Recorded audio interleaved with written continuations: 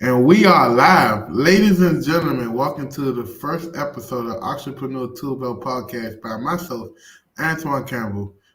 This podcast is for entrepreneurs who want to learn tips and tricks and tools how to take their business to the next level. Whether you're making $20,000 a month or $50,000 a month, or you're just a brand new startup, there's something on this podcast for you. We'll be interviewing guests. We'll be talking about trending subjects. We'll talk about the best softwares, the best tools. We'll be talking about resources. We'll be talking about strategy, everything you need to know. If you're listening to me on Spotify, do me a favor and just give us the 5-star review. Apple, same thing. If you're listening to us on YouTube, click the bell and still head over to Spotify to give us a 5-star review. Today, I have my co-host with me, my COO of Antoine Campbell Enterprise France. He's been working with us for well over 3+ years, and he's helped generate a ton of value to our customers, to me, to processes. He's a really good person and a really good pioneer in what we do as a company. And I want to have him on the Toolbelt podcast to be my co-host. So, ladies and gentlemen, welcome France to the podcast. Thank you. Thank you. It's so nice to be here. And I believe that for those other people who have listened to us before or have seen our YouTube videos, they already know my name as well. But hi, my name is France. I'm Anton's, what you call it, like a right hand man. I've been with them for over, 3+ years. I'm a virtual assistant hailing from the Philippines. So shout out to my mom, I guess, in the Philippines, if you're listening. But anyway, today is going to be a lot of value. We're not only going to be talking about real estate wholesaling, that's for a different podcast, but we're going to talk about what you need to become successful being an entrepreneur, right? Right. In today's topic, we're going to be talking about how important it is for you to forecast your sales in your business. So, we're going to be talking about your goals, the realistic business goals and objectives, effective financial planning, assist in identifying potential challenges and opportunities, and then basically enable you to have a better decision making and strategic planning. Because I think a lot of the people from like the email threads that have been read before by our customers or our clients, usually the problem is that they don't know how to move forward to the next month, Right. right? It's like I'm lost. I don't know what to do next. Even for real estate wholesaling, from one deal to another, how they are going to transition to it, right? It's like, oh, I already got my deal. What's next? Right. It sort of like ends there. So we can start with like setting realistic business goals and objectives. Yeah, I think that's important in your business to be realistic about your goals. If you're talking about, hey, I want to make $1 million a month, but you got a $10,000 a month work ethic, there's no way you're going to get there. So you got to be very realistic with your goals. How are you going to get to that, $1 million, $50,000 a month, and then reverse backwards? So what is your operating cost per day? So what is operating cost? How much is it going to take you to pay your employees? How much it take you to keep your subscriptions up and running, all of your back end things, all of that. And that boils down into what we call your break even analysis, right? All of your overhead and then, your profit. So let's say, for example, you want to make $50,000 a month. I don't have my calculator in front of me, but that's probably, I'm assuming, like $1,900 a day, 7 days a week, right? Or $1,700 a day, something like that.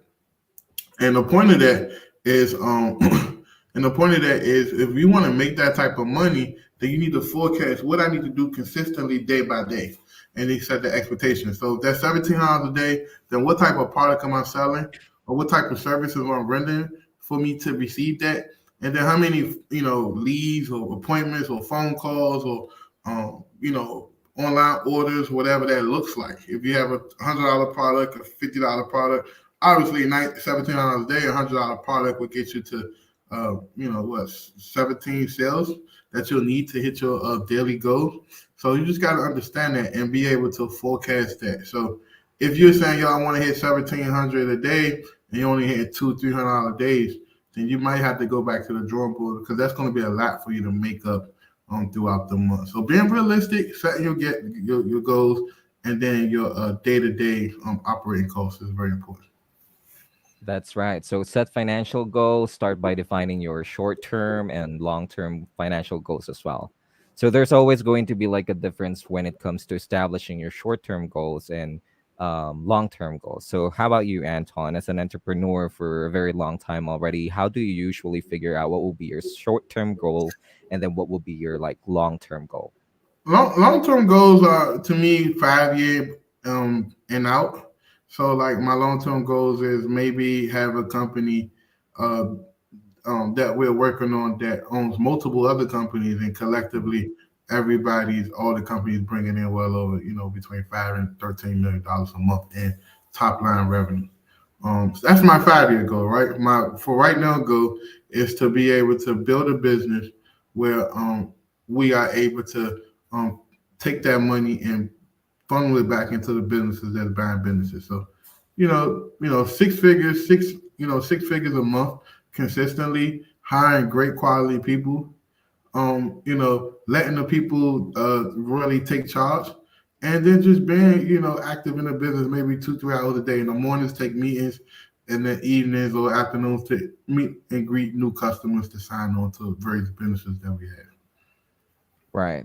And a lot of people, I think they get so consumed by the long term goal that they forget about how simple short term goals are, Yeah, right? yeah, It I could agree. be that it's just your goal for the day, what do you want to do, right? Right, It could be right. that what's your goal for tomorrow since it's the end of the day. And a lot of people nowadays, they tend to just put it in their brain. And I think it still is effective for you to write things down. If you have a Yeah. notepad, if you want to use Evernote, just don't use notepad on your computer because if you forget to save it, it's not going to be out there and you probably would forget about it.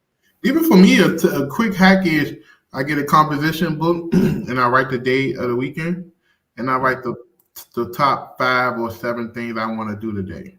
Whether that's meet with you, or type up something, or email this, or hire a few more employees, or whatever that look like, or put out a fire here and there, deal with a problematic customer, whatever that look like for me.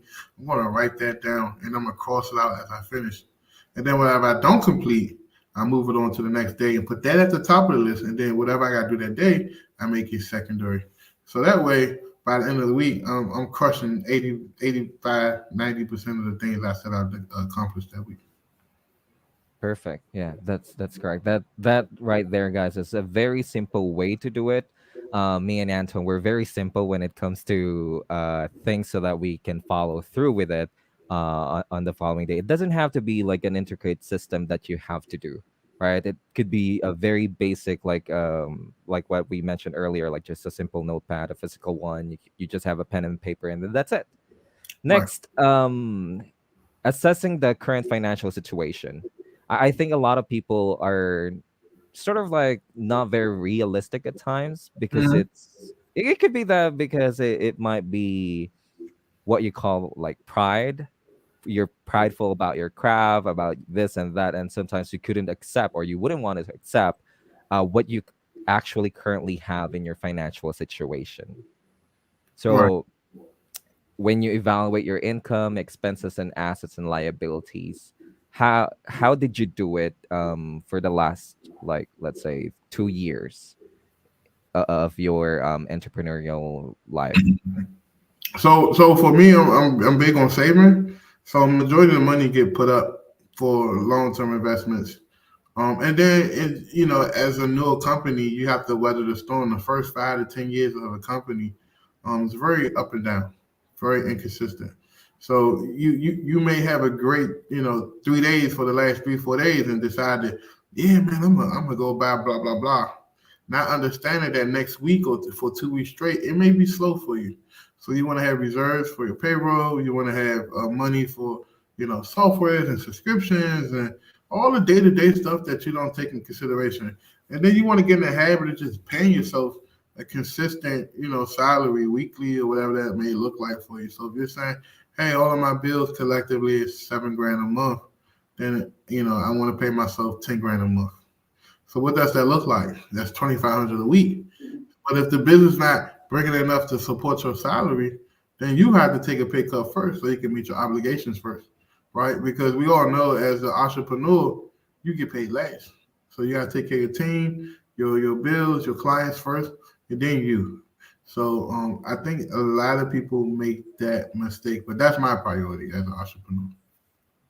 That's perfect. That's completely perfect. A lot of entrepreneurs, I would assume that some would get devastated if they get less than what they're expecting, especially when they already are like paying the bills. And now, if you're an entrepreneur, it's not only like the bills for what you do for like your personal life, but it's also the bills of the business. Right. So, what could you say about like how to separate the personal finances to like business finances or like business billing or such? I mean, you got like once again, you got to figure out what that break even analysis is, and I think that's something that we may be coming out with a free tool for you guys to use to calculate. Mm, Okay, what does it cost to keep my doors open on a day to day basis, and what is the break even amount of that daily I have to bring in? So if you own a business that makes cash daily, then this is a very prudent number. If you are on like an invoicing system where customers can pay you in 30 days, 60 days, 90 days, then you really have to be cautious of the money that you're getting because you really have to be a good steward of not knowing that, from all your different clients, they don't have to pay you to 60 to 90 days from now. But guess who still do? Your day-to-day expenses. So you need to calculate and figure out how much it costs to keep your lights on, the doors open, all of that stuff throughout waiting for your invoices to be settled. So that's the biggest thing I could think for you guys is to figure out the day to day of your business, figure out what that look like, and then ask yourself, how much do I realistically need to live off of? And then give yourself a salary, right? If your business make $100,000, that don't this month. That don't mean you go spend the whole $100,000 just because you know you got next month to do it again. No, that may be you saving $75,000 of that. I don't know your profits or your overhead. I'm just saying you save a majority of that. If you can save 60,000 of that and pay yourself 8,000, that's 68,000, and then the other 30,000 goes to whatever nuances and fees and things.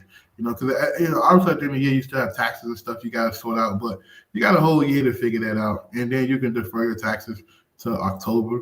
So literally a whole year and a half that you can figure out what you want to do about that burden. And we get into some more complex stuff later on in these episodes about what right. some of the things you can do when it comes to mitigating your taxes and all that, but not right now. But the point I'm making to you guys is your personal life is over here, your business life is over here. So if you don't have no money in your personal savings and you want to go to Disney World, it's not fair for you to go into your business account and just say, we're going to Disney World on the company's money because that money is for growth and expansion of your company. That's why most people can't get out of the scaling. I mean, they get out of the startup phase into the scaling phase because they get their money and they spend it as such.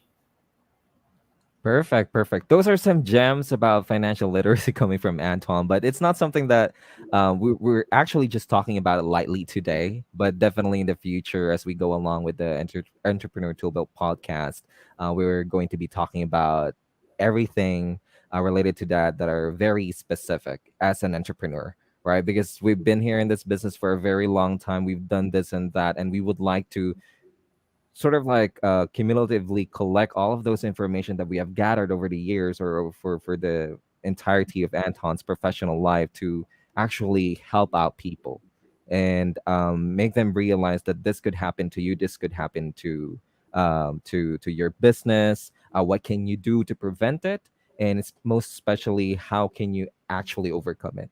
Because not a lot of times the problem would consist of like because you would probably think that you don't have the experience for it, but it Right, might be that it's something that you just need to know, right? right. And a lot of people would tend to overthink things wherein, oh, okay, I just I'm not sure about this, right? And it could be that Anton will be the one to help you actually get out of that rut and then stop overthinking. Just focus on what matters most in the business. And what matters most in the business is what?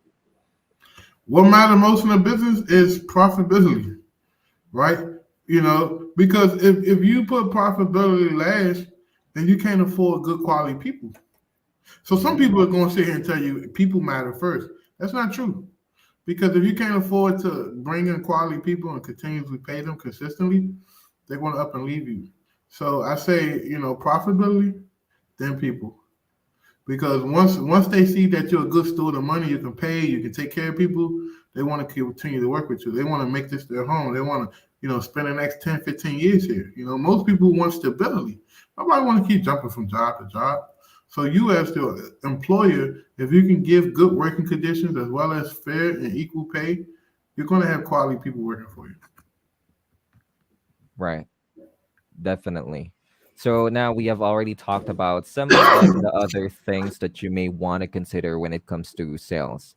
I know that our topic today is about importance of forecasting sales in your business, but we want to touch on the previous or previous things that we have talked about so that you at least get an idea of what it is for, like what is forecasting sales for.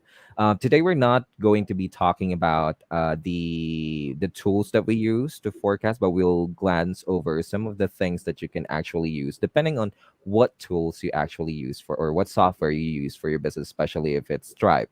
With Stripe, there is a built-in graph or overview or chart view for you to take a look at how was the trend for your previous months for your Yeah, sales. yeah, and quarters too. So, Yeah. sometimes you look and say, "Wow, we sales are down 49%." That stands out.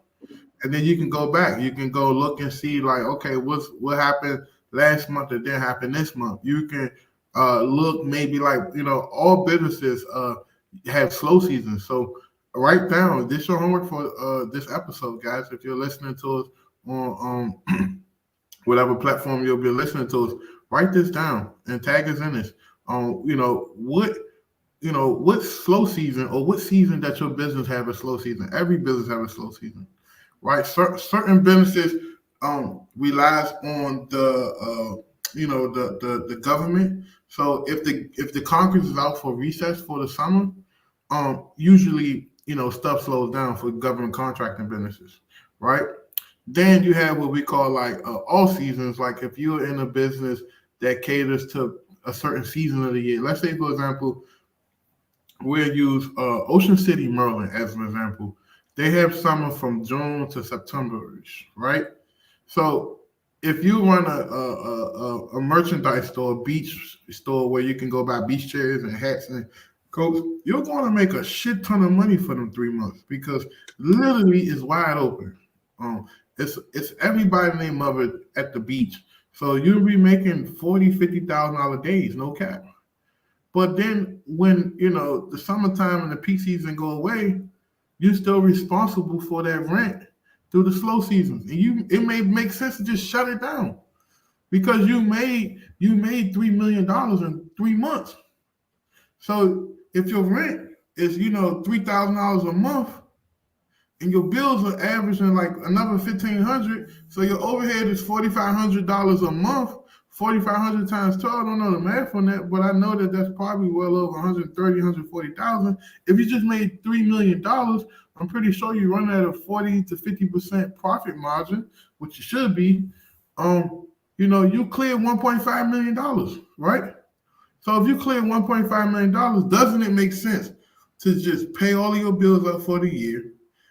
Put away $400 or $500 in savings, and then when the season come back around, do it again. So that's what you got to understand when it comes to forecasting, figuring out where my ups and downs are, where my seasons at, how liquid I need to be, what's my burn rate, what is burn rate, meaning how much time do I have to spend my savings before it runs out. Maybe I got 3 months of savings, maybe I got 4 months of savings. That savings may include payroll, day-to-day expenses, your personal salary, whatever that looks like. You want to know how much burn rate that you have. They say you're supposed to have between 6 and 9 months. Most entrepreneurs don't keep that because they want to put it back into the business, which is perfectly okay, but don't be reckless, right? You should be paranoid if you don't have at least 30 to 60 days worth of burn. So if something catastrophic happens in your business, you can continue running without profit for 60 days. Perfect. So that's the historical sales data analysis. Check your slow season, check your off season, and of course, check your peak season, which is your up season in the business, and probably you gotta do a little bit of like a focus and take a look at how the market that you were in at that moment, how were you able to actually peak through the heights of that success and maybe capitalize from it, since a lot of people, let's say if you are selling a course or if Mhm. you're selling a specific product, how can you capitalize from that season to get more sales, right? You Yeah, couldn't be complacent and just say, oh, okay, I did some, or I did well on this season, maybe I'll just do whatever, right? and then align your seasons up to holidays. So Mm. like Black Friday is the biggest holiday for all entrepreneurs, where you literally can make what you make in 3 4 months in one night. But it's all about prepping your clients, building an email list, and having quality products, and creating that anticipation, right? That, oh man, they about to have a mega sale. And just finding a company that you can work with if you can't do it, that could put you together a campaign. We're creating a company. We created a company. Now we are creating. It's already existed. Called Extreme, where we help companies launch campaigns with ads and all that type of stuff, and you already ahead of the game. You should be working on these stuff a month ahead, 2 months ahead. You shouldn't be waiting until 2 3 days before a date to trying to drop some products or create a sale or email your client. They should be on your mind all the time with omnipresence, even through ads. If you're an entrepreneur that goes on podcasts, creating podcasts, networking events, uh, just cold calling, all these type of strategies should drive sales back to your business. You should be implementing all year round, so when people ready to pull the trigger and do business with you, they already seen you before throughout the year.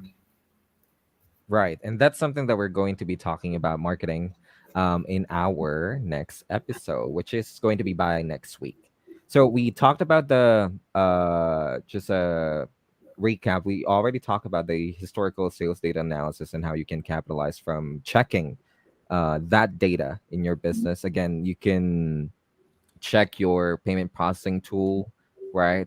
There's always going to be like historical data that is available there. You just gotta read through it and learn it, right? Now, next is about like market research and customer surveys. How will that help you as an entrepreneur forecast sales? Let's start off with customer surveys. So the customers will give you the answers to what they want to buy by giving you feedback. So if they're like, "Yo, I want to buy," we tired of eating coconut cookies, right? If you're on a bakery and they telling you like, "Hey, these coconut cookies are pathetic," could you bring back them cranberry macadamia cookies? And if you go back and check this stripe, and you see that, yo, every time we had these cranberry macadamia cookies in rotation, our sales jumped 30%. It will make sense for you to put that back in rotation. You know what I mean? So that's the biggest thing, to understand how to listen to your clients and how to capitalize on it. Sometimes it's not about what you want as an entrepreneur; it's about what your clients want. And when you Exactly. listen to that, your business is going to soar, right? Example, um, I don't know if you guys follow like McDonald's and stuff, but McDonald's like a year or two ago, they took out Hassie Orange punch. The Hassie Orange. They had that in the Philippines, France. They took out Hassie Orange. I think Hassie Orange, from a fast food standpoint, is an exclusive beverage that only McDonald's carry. You can't go to Burger King, you can't go nowhere else and get this Hassie Orange. Only McDonald's had this Hassie Orange. And they took the Hassie Orange out, and they sales dipped. People like, yo, I'm not buying no food without my Hassie Orange. And it was so bad that they had to literally put it back on the shelf. So sometimes listening to your customers, and even if you don't listen to them directly, look and see these fallen candles on your Stripe account showing sales are dipping or certain products are dipping, and ask yourself why. Did you move something, change something, replace something, increase the price of something? Change the ingredients to something. There's a lot of variables of why things would change and why customers want. So customer surveys, it's literally the life and the blood of what you do. I say send them out as much as possible, but incentivize them to fill them out legitimately by giving them 10% off, or giving them their next free meal, or giving them their next free consultant call, or whatever. It's on you for them just filling out that survey. That's perfect, actually, to motivate them to leave you a survey. it doesn't have to be that you always need to follow what your customer says. Not all of the time that the customers are always right, Right, right? right, But it's something that you can base your decision from. So that's part of like the decision making process, and it helps you. It's free, right? right. It's free for them to give you a feedback, and it's free for you to listen and then actually read on to their feedback and think about what it is that you can improve for your business because I think that boils down to like businesses like mm, really focusing on business intelligence. Like yeah. what will help our business thrive?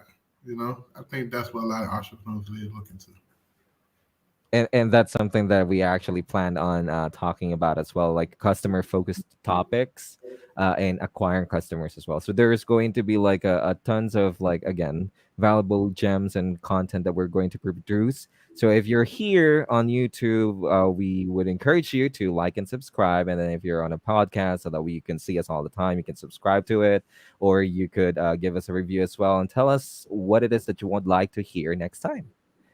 And then next would be what we haven't talked about yet. It's market research. Like, how can you do it simply? Because it's a sort of like not a very complicated topic, but it needs to have its own episode. So, but just a glance to it, Anton. How are we going to do like market research at first? If I'm, let's say, a newbie. You just go out and see what the competition doing. See what's working. Right? If you got a bigger company that has a bigger marketing budget, they're spending 10, 15, $20,000 on their websites. So if you're trying to like design a product or a website or something and you're doing the market research, 80% of the time, that's the right color wave or formula or the right copy. Now, I'm not saying be word for word copycat. Get inspiration. Everything is inspired by something. You get what I'm saying? So when you get the inspiration and you write that down, like, yo, why they put this type of headline on their website? And then you go look at 10 other companies that do the same thing you do, and they have similar headlines or similar fonts or similar something. It's a reason why that's happening. Don't go against that. Add that to your business to the point that you can capitalize on their hard work. Let them go pay the marketing company $2-3 million to help develop their brand, and you just go behind them and do your research. Look at the biggest thing. Another thing you can do is go to companies' review pages, and look for honest feedback from their customers, their clients, and take notation so that whatever they're struggling on or whatever category or thing they're struggling on, be the best at that.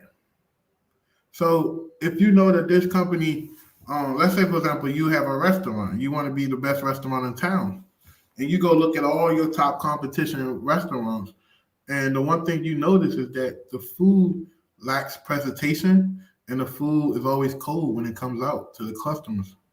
So what you're going to make a point in your marketing and talk about quality food, hot and fresh quality food, no matter what time of day it is. That may be your copy or your pitch. And what that's going to do is resonate with a lot of the customers and the people that go to these other restaurants and brands and say, man, their food is always hot and fresh. Example, I give you an example. Uh, Wendy's. Now, I don't know how true this still is. I think they do frozen burgers now, but Wendy's had this campaign where they threw a lot of the other burger chains under the bus by saying, always fresh, never frozen. Right?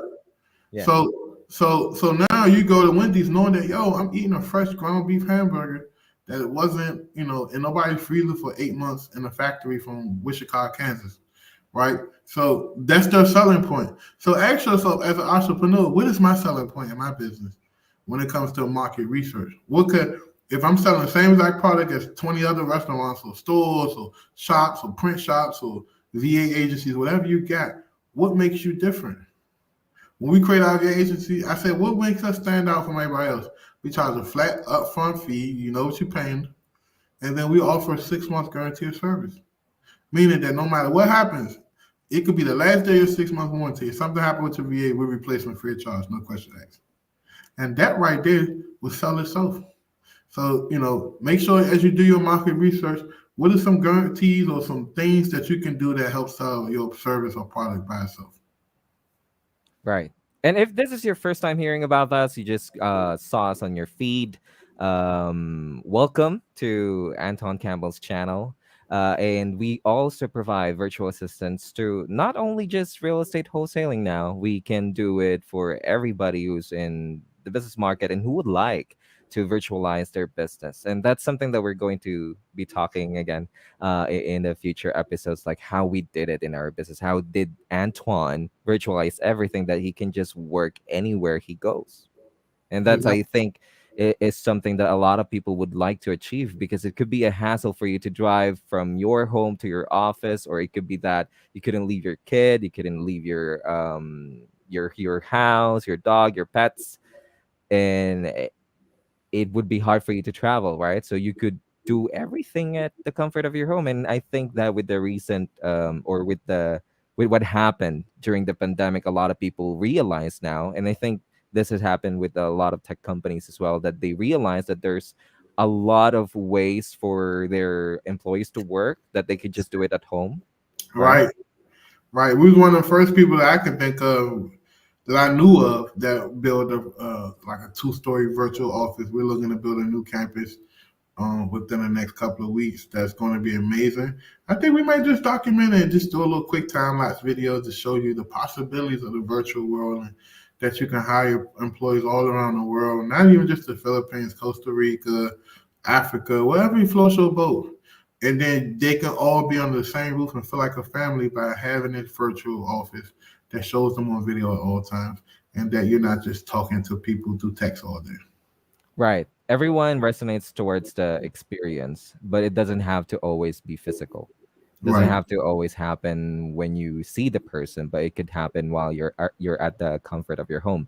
For me, my story was is that I had to travel to work on a daily basis, 3 hours just to go to work, and then 3 hours just to go home. So that's 6 hours spent in my life that I'm wasting traveling. But now, 5 minutes before my shift, I just get out of my bed, and then start working. But I, I I, do have a I hope you brush your teeth. I do have a routine now where I wake up like let's say it's 5 in the morning in Eastern Standard Time in your time. So that's when I get myself ready. We'll talk about it next time. But so we have already talked about market research and customer surveys. Now we're going to take a look into how you can actually do some or get feedback as well from your internal team. So if you already have a sales team and you already have like people in your customer service team as well, there's also an employee feedback, and it's not about their employment, but what do they see or what did they witness, since they're the ones who's always talking to customers, right? It could be that you have 500 customers on your list. They're customers, they're clients, they have purchased something from you, but none of them wrote you a review. So who's Right. going to tell you what you actually need to improve in your service?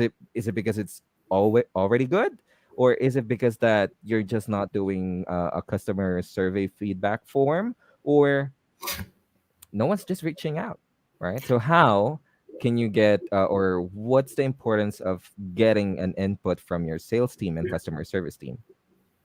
I think um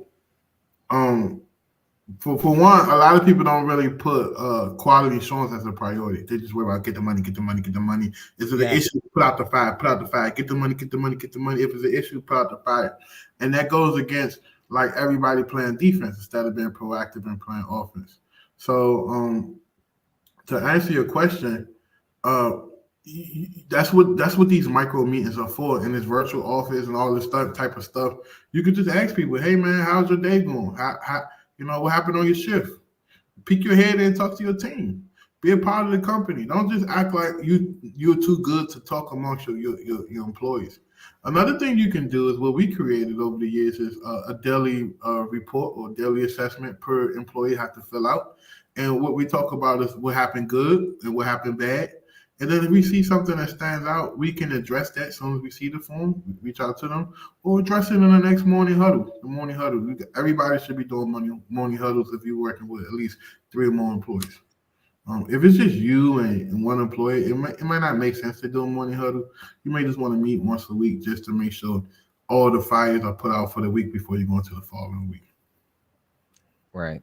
And we also do like a daily stand-up meeting as well, just to check on the employees what they're going to do today. We don't call them virtual assistants anymore. We Yes, call them remote employees, because yes, I think a lot of people are having this kind of notion when you say it's a virtual assistant, they can do everything in your business. no, And if you are guilty about that and you're listening to this podcast, it's time to change that mindset, right? It's your ability, or it's your obligation, of course, not to only pay the virtual assistant, but to take care of them, take care of your remote employee, because they're just like a regular employee as well. And the different culture, sometimes it's something that you have to adjust to, but it's not going to completely impact how you do right, business. So if you're afraid to hire a virtual assistant or a remote employee from overseas, then I kid you not that that's not going to be a problem. Most often than not, everyone who's working in this kind of a space, depending on their experiences, they're highly professional. They know the skills, they put so much time and effort because they know the value of what you're paying them, right? Let's say if it's from a different country other than the Philippines, and then the conversion of the US dollars is so high that for them it's going to be like a luxurious kind of an amount yeah. as a salary. They'll put more effort because they know the value of it. So you need to know the value of your remote employee as well. Yeah, even now we're building. We can kind of talk about it just to put it out there for a lot of people who don't know. We're building an acquisition firm that's going to be buying businesses. It's going to be pretty amazing. And we're actually in the process of hiring people.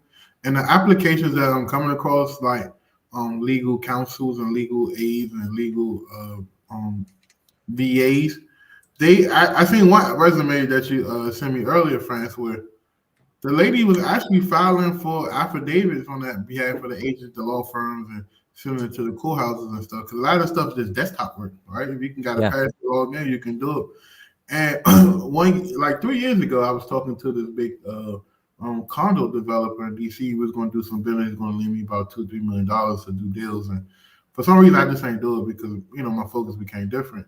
And as he was talking to me, he was telling me how his architect is, screwing him out of all this money because he found out that the architect was using a VA from the Philippines and India to draw these plans of these condos and these buildings and stuff. And the only thing the architect was doing was just stamping it with his license, his permit. But they did all the renderings, the mock-ups, everything, all of the specs on the drawings. And he's like, "Yo, I talked to the VA architect. He told me give him like $1,500 or $2,000, and this guy charged me $45 for the plans." So I'm like, there's a lot of leverage in working with remote employees all around the world, not just the Philippines, right? I represent the Yeah, Philippines because that's definitely. what I like to work with, but everywhere.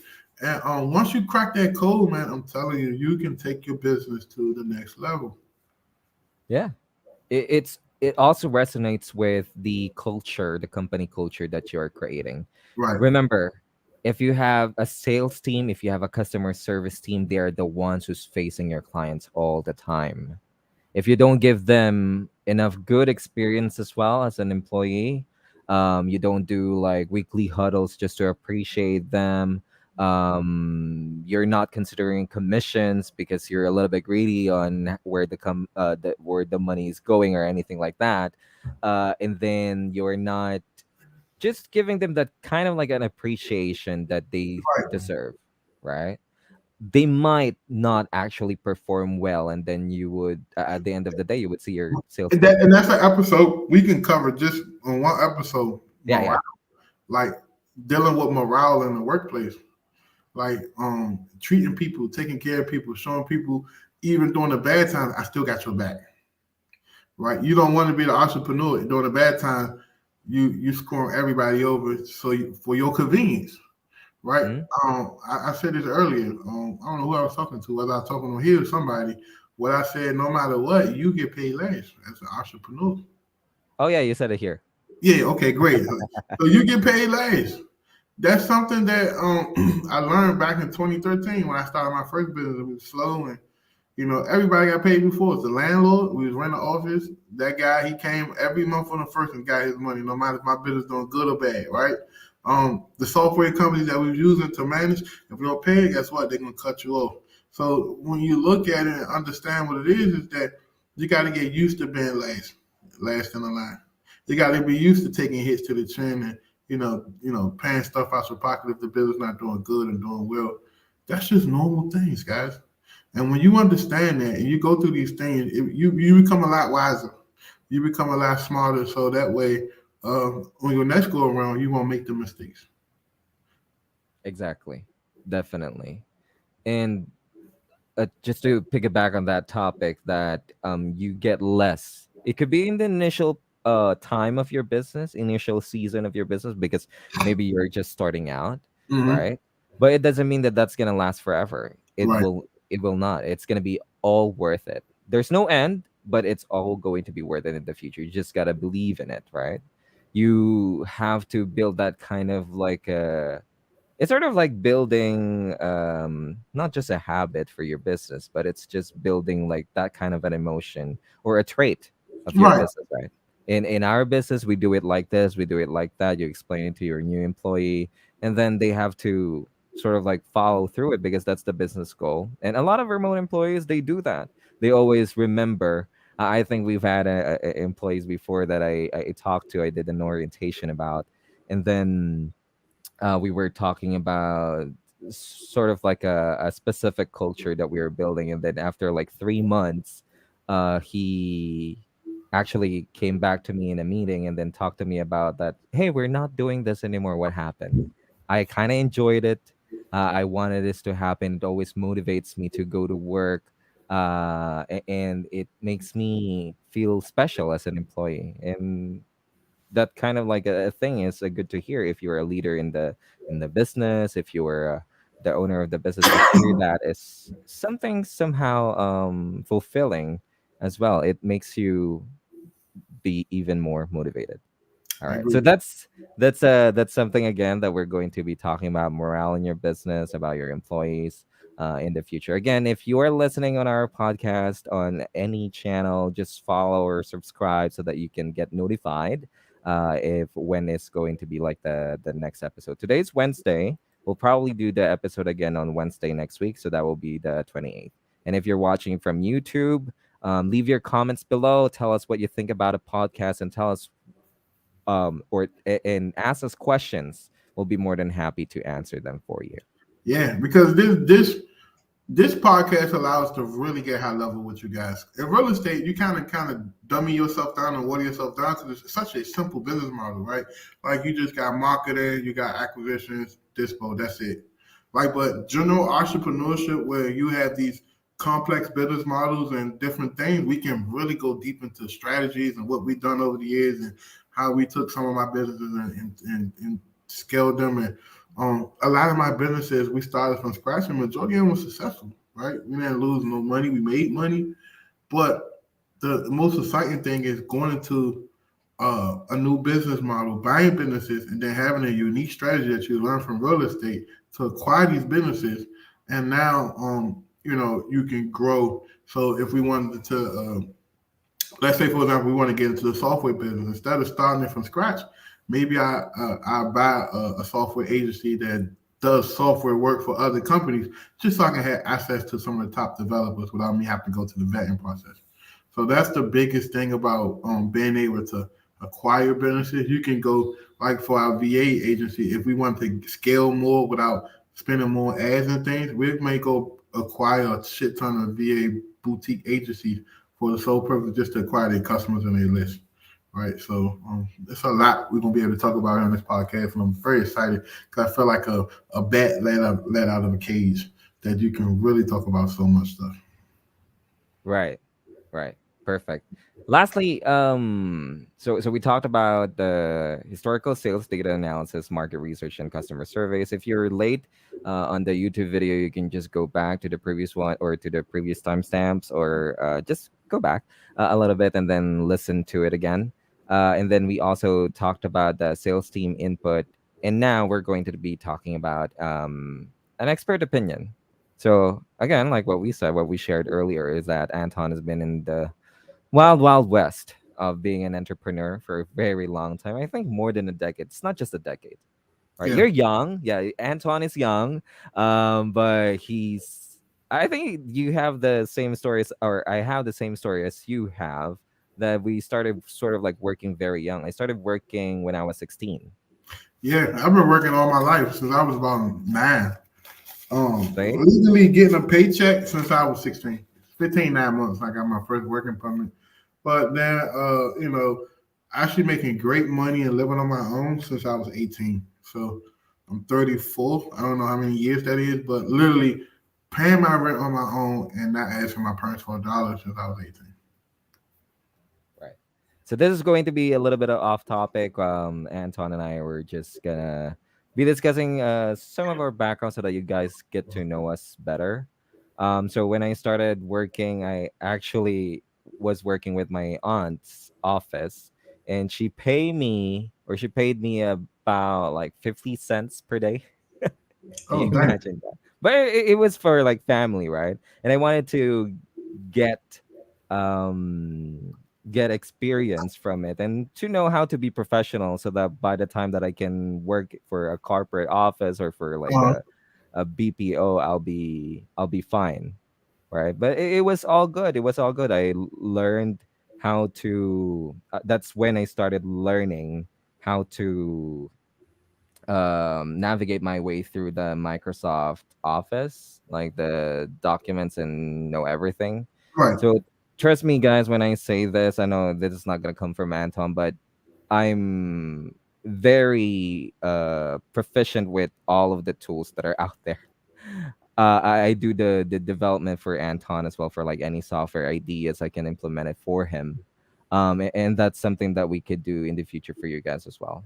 Now, I just want to touch on a little bit on the expert opinion. So there's so many gurus out there. There's so many coaches out there. Anton, what do you think is a qualifier for you to actually work with one? Well, me work with a coach.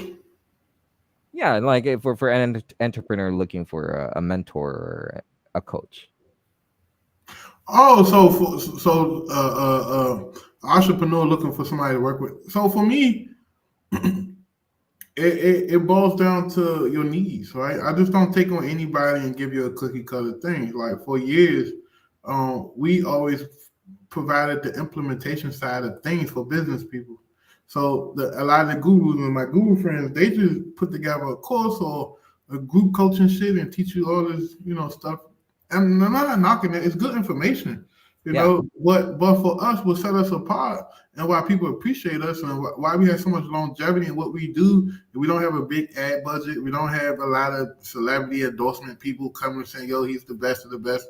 And why we have to stick around so long is the fact that we roll our sleeves up and did a lot of work that no other coach would want to do, which is actually hold the client's hand and teach them the processes, show them the back end systems, hop on a Zoom call with them, give them support, like help them with their SOPs, help them with their VA management, teach them leadership skills, create a leadership training. We did a lot of that. So, when we want to work with clients and take on clients, the biggest thing is how serious are you in yourself? Not just me. The little money you pay me ain't nowhere near what we should be charging you. So how serious are you that you're going to take this information and run with it? How serious are you going to take this and work with your employees at the highest level that you're not going to throw a hissy fit because things not going your way? And that's the biggest thing. So I say probably like September, I'm gonna really start working with like high end clients, like people that's ready to really take their business to the next level. And that's what we want to do. But we don't, our business is not built on like creating like weekend workshops and getting everybody to sign up as much as possible. Like we're very intimate. We're very selective about who we work with. exactly. So if you're looking for someone who can help you implement your ideas, your own ideas, you can contact us, me and Antoine. You could find the our contact information on the description below, and you can follow Anton, of course, on Instagram. You can message him there at CEO929. Then Yes. for all of the new things, we're definitely going to publish more type of a solution content as well, wherein you could get a preview of what we actually do for our clients and what we can actually do for you. So if you need help with your sales, if you're looking to virtualize your business, we are your people. We are the right people that who can work with you. We listen to you, but the only thing that we always want to for our clients to understand, since you're working with premium people, you're definitely going to be having a premium experience with us, but you gotta respect the timeline that we are going to provide, because that's how it's gonna go down, right? You can't rush something great to happen in just a day, in just 2 days, in just three Right, days. It's not like that. right. It's not next week or this notion that I pay you my money and where are the results?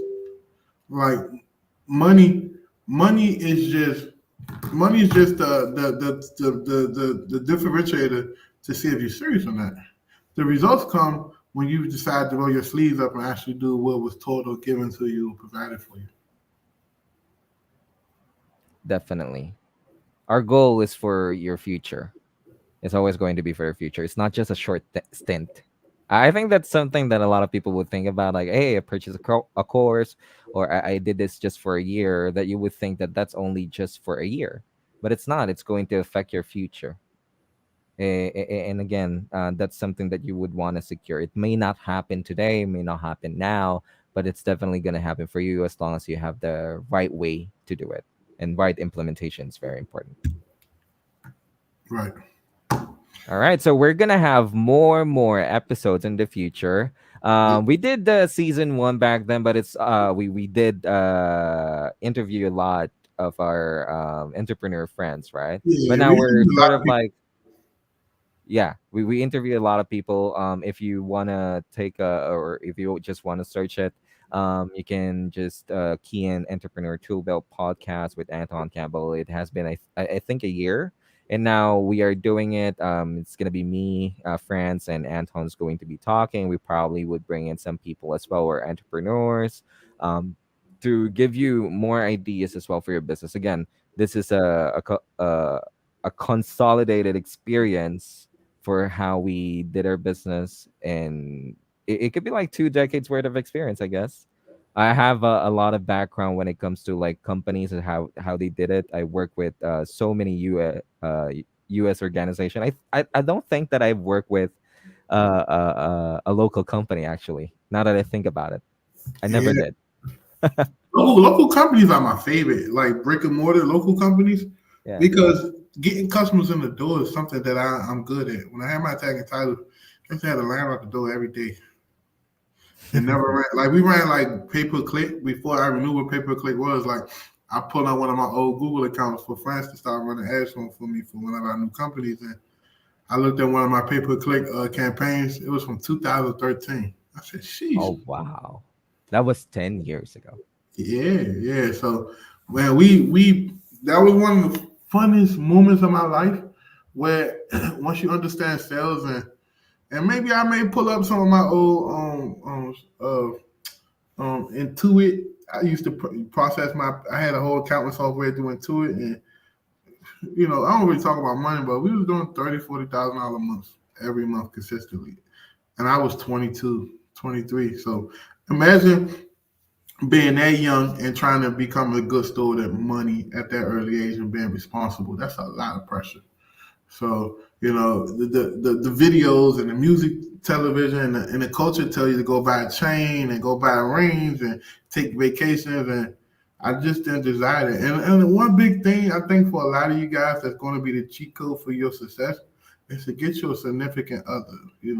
Whether it's male or female, get you somebody that genuinely care for you and somebody's going to stand up to you when you're wrong.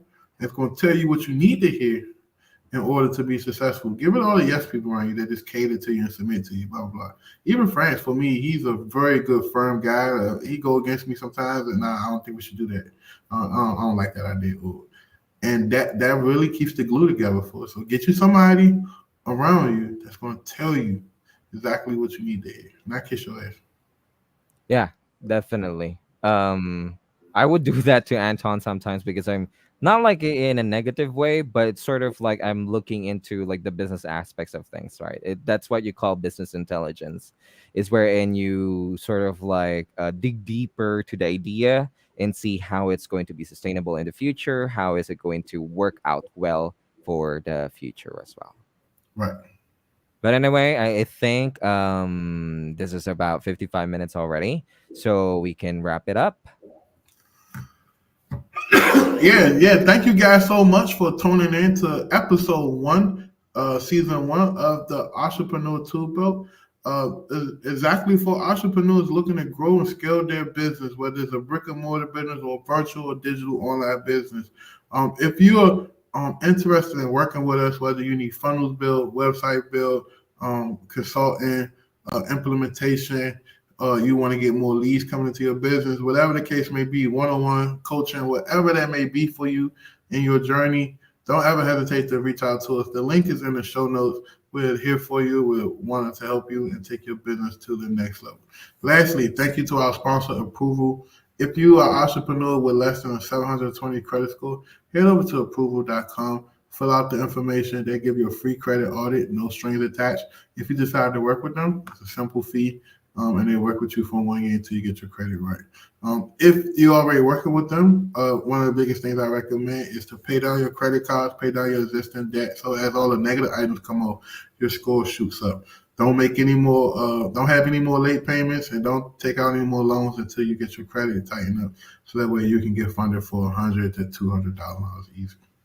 So that's all we have for you today. Appreciate you. See you back here next week. Thank you, everybody.